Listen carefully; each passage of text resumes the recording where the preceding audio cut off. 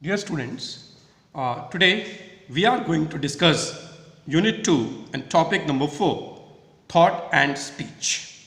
Our question is, what do you mean by thought and speech, and explain the factors which affect the both. Thought or thinking is a part of development because thinking ability is gained by child through his or her environment or by observing others. So in this way, thought is the ability which is gained by a child and which depends on his or her environment, and that child observes the environment and develops the ability of thinking. So thinking depends on the environment. If our environment is good, our thinking will also be good.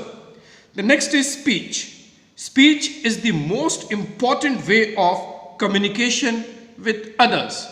Or we can say speech is the only way of communicating with others. It preserves or maintains a record of our history, culture, and civilization. Generally, speech or language has two aspects: physical and verbal. Verbal language includes listening, speaking, reading, and writing, whereas physical language consists of body language, facial expressions, posture, gesture, eye contact of an individual. A child's language and vocabulary does not develop overnight. There are so many factors which make a difference in the natural growth of a child.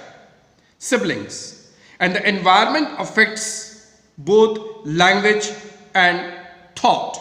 So everything depends on the environment. If our environment is good, we will develop good thought and speech. And if it is not good, we will fail. So this is the time to make the analysis of our environment and then mold ourselves accordingly. Now the first point, the factors which affect both thought and speech. The first factor is social background. A child's speech development is directly dependent on the social interaction of parents, siblings, friends, and caretaker. Child speaks whatever he or she hears and also thinks in the same way. So the vocabulary of a child is generally the direct outcome of his or her interaction with the outside world. So if the child interacts with good people, the people who have good vocabulary, that child also develops good vocabulary. And the same vocabulary he uses with the outside world. So this is the first point of our this particular topic, thought and speech, that is social background. The second point is socio-economic condition. So the socio-economic condition, this is our second point. It also affects the language development of a child, that is socio-economic condition. Child from low socio-economic background speaks lesser words than the child from professional families. If the child is from professional families, that child will speak more words. That child will have better vocabulary, better pronunciation.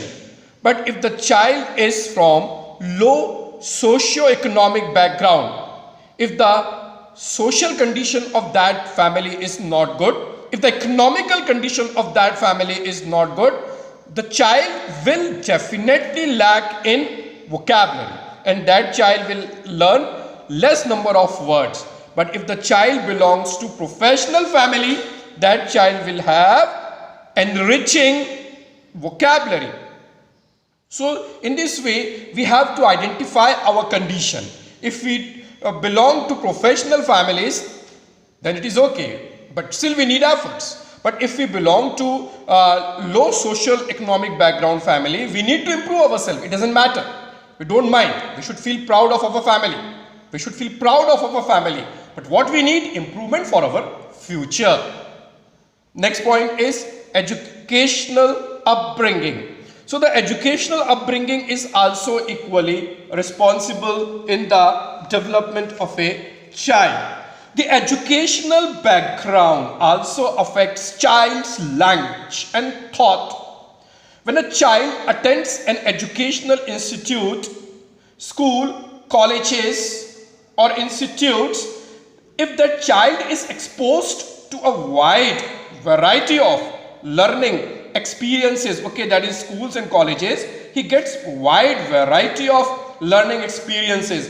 Various activities such as reading, role playing, quizzes, essay writing are organized in that institute regularly.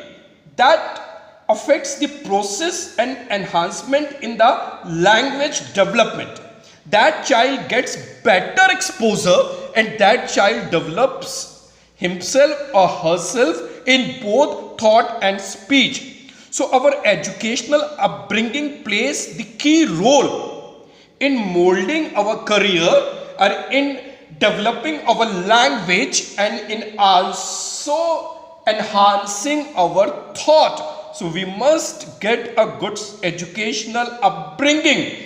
This is the right time to identify what type of educational upbringing you people are getting. And you need to change yourself. If you are satisfied with your surrounding, with your schools, colleges, it's good. But if you are not happy, you must take your own efforts. You must inculcate good qualities. The initiative must be taken by you.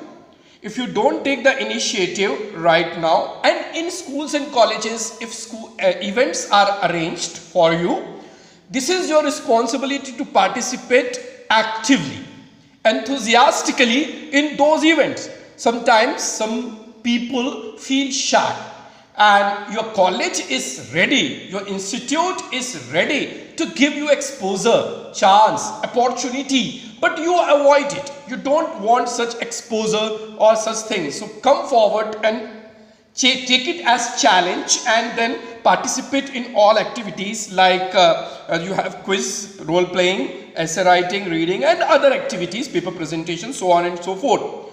The fourth factor is biological influences. It means that the language development of same children does not adopt and follow the same pattern, because there are reasons which are responsible for slow progress and late speech development. There are various reasons for slow progress of a child. It depends on the intellectual level of the child, interest of the child, enthusiasm of the child, and those who are interested, they garner it, develop it very fast. And those who are not interested, they take a lot of time in developing language proficiency and in the development of thought and speech. So it depends. The most important thing is medical condition. The biological factor also influences medical condition. Sometimes the children have some cleft lip, palate, attention disorders, brain injury. So due to that injury also they are not able to do it. See, this is the point, that is medical condition, injury, attention disorder. So if you have this, if we have this, we have to identify it immediately and we must take the necessary step for eliminating it, that biological influences, so that we can develop in a free environment, okay, and we can communicate and maintain good relationship with people. So biological influences mean mental disorders sometimes we have, sometimes we are less enthusiastic, medical condition. Fifth point, last point is linguistic disorder. Now, there are so many languages in the world and all the languages are different in structure and vocabulary. Each language perceives the reality differently as well as separately. Generally, our thoughts affect language. This is the fact. Our thoughts affect language because whatever we think, we speak. But there are various cases, there are various languages where language affects the thought.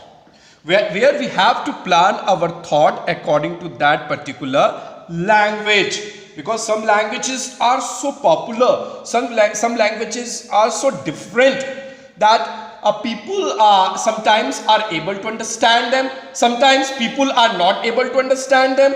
So in this way, those languages affect our thought. So these are the factors. That linguistic factor is also responsible. So we have to find out which language we are using, and if this language is really bringing forth, bringing out our thoughts openly, freely or not. And if we are really doing justice with our speech, and if the thinking process is also going on not. So this is the last factor, that our linguistic background is also responsible in making good thought and delivering good speech. So these are the factors of unit unit 2 topic 4, the factors which affect thought. Thought means thinking, speech means speaking. Now first, social background is responsible, our parents, siblings, friends. So we have to find out what type of social background we have. Second, socio-economical condition is also responsible. Educational upbringing plays a very important role. Biological influences are also there, and linguistic disorder is there, because some languages affect our thought, but actually thoughts should affect the language. Thoughts should affect the language. So dear students, now you have the world before you. You have to explore the possibilities. You have to find out the right way so that you can think positively and you can speak concretely. You can speak spontaneously. You can speak definitely, properly. So that depends on your thought making process. So develop both good thoughts and good speech.